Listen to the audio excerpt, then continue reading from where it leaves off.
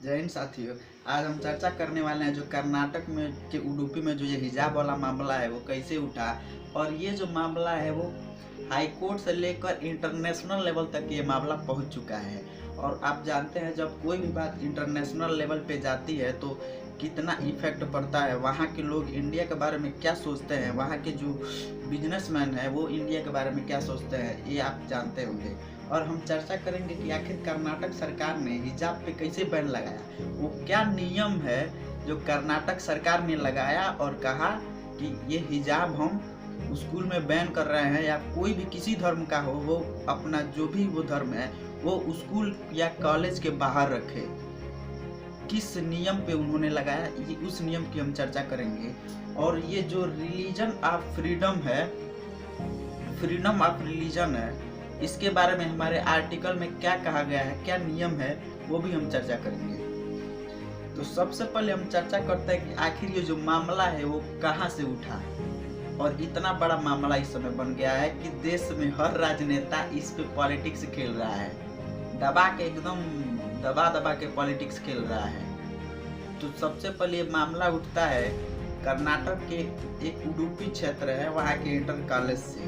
वहाँ पे जब 6 लड़कियां जब हिजाब पहन के जाती है तो इंटर कॉलेज उनको कहता है कि आप सिविल ड्रेस में आइए, जो कॉलेज ने डिसाइड किया है आप वो ड्रेस पहन के आइए।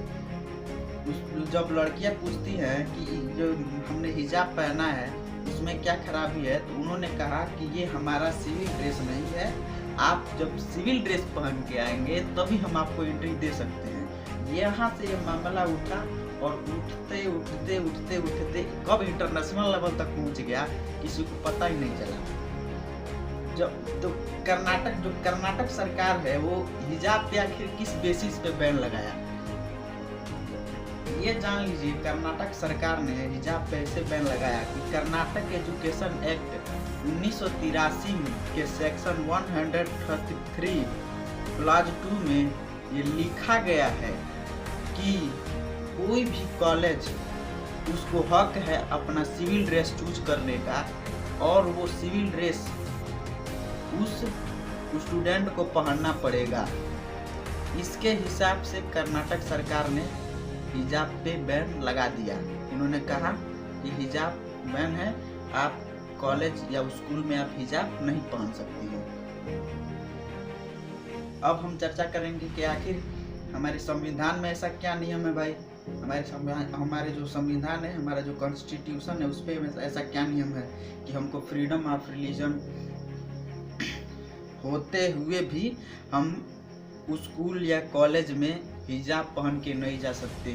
तो देखिए आर्टिकल 25 जो है उसके क्लॉज 1 में ये लिखा हुआ है कि आप अपने धर्म का प्रचार कर सकते हैं, उसका आचरण कर सकते हैं। इस बेसिस पे वो लड़कियां बोल रही हैं कि हमको इतना भी हक नहीं है कि हम हमारा जो धर्म कह रहा है उसको हम मान सके, क्योंकि कुरान में लिखा गया है कि हिजाब पहनना जरूरी होता है लड़कियों को। उस बेसिस पे वो बोल रही है कि हमारा जो मौलिक अधिकार है उसका हनन हो रहा है। देखिए आर्टिकल 25 क्लॉज 1 में जो रीजनेबल रिस्ट्रिक्शन भी है कुछ, कि जो फ्रीडम ऑफ रिलीजन तब तक मान्य रहेगा जब तक कोई लॉ एंड ऑर्डर प्रभावित ना हो।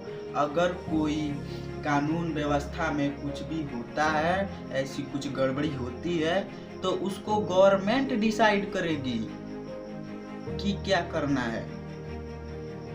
और यहाँ पर गवर्नमेंट को पावर भी मिल जाता है, क्योंकि जो हिंदू लोग हैं वो भगवा पहन के जा रहे हैं भाई, और जो मुस्लिम लड़कियां हैं वो हिजाब पहन के जा रही हैं, और इससे लॉ एंड ऑर्डर प्रभावित हो रहा है। और इससे गवर्नमेंट को ताकत मिल गया भाई कि वो अब कर सकता है कि फ्रीडम ऑफ रिलीजन यहाँ पे मान्य नहीं है, जो गवर्नमेंट चाहे वो कर सकती है।